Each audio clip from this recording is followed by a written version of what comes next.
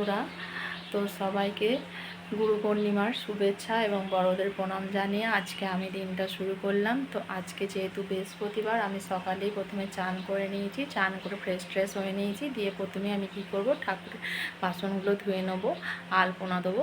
আর পুজোটা আমার হাজব্যান্ডই করবে, ওই ঘরে বেশি পুজোটা করে দেয়। তো আমার কাজ হচ্ছে যে আমি ঠাকুরের বাসনগুলো ধুয়ে দেবো, ফুল তুলে দিই আর আলপনাটা দিয়ে দেবো। সব ঘরেই আলপনা দিয়েছি, আমি যেমন পারি তেমন দিয়েছি। মানে ভালো পারি না, তবে কাজ চালিয়ে যাওয়ার মতো হয়ে যায়, এরকমই আমি আলপনা দিয়েছি। এই ঘরে দিয়েছি, দেখো আলপনা আমি। মাছের ঝোল কমপ্লিট হয়ে গেছে। আর বললাম না আজকে গুরু পূর্ণিমা, সেজন্যই মায়েরা ভাত খাবে না। বললাম মা আর আমার হাজব্যান্ড, ওদের যেহেতু গুরু নেওয়া আছে, তো ওদের জন্য করেছি দেখো ভাঙা আলুর তরকারি। তরকারিটা খেতে খুব সুন্দর হয়, তো মাই করে এই তরকারিটা। আর দেখো ময়দা এখানে মেখে রেখেছে, তো যখন খাবে গরম গরম লুচি ভাজা হবে, লুচি আর আলুর তরকারি। রান্নাঘরে এবার রান্না করব। আজকে বিশেষ কিছু রান্না হবে না, যেহেতু গুরু পূর্ণিমা বলে আমার হাজব্যান্ডের আর শাশুড়ির গুরু নেওয়া আছে, তো ওরা ভাত খাবে না, আমি শুধু ভাত খাবো।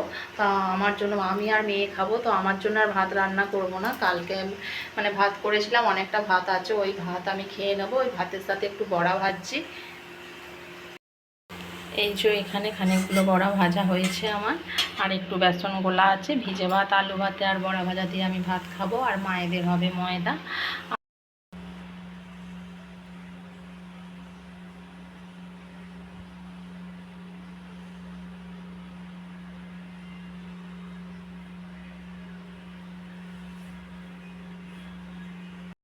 মাছের ঝোল কমপ্লিট হয়ে গেছে। আর বললাম না আজকে গুরু পূর্ণিমা, সেজন্যই মায়েরা ভাত খাবে না। বললাম মা আর আমার হাজব্যান্ড, ওদের যেহেতু গুরু নেওয়া আছে, তো ওদের জন্য করেছি দেখো ভাঙা আলুর তরকারি। তরকারিটা খেতে খুব সুন্দর হয়, তো মাই করে এই তরকারিটা।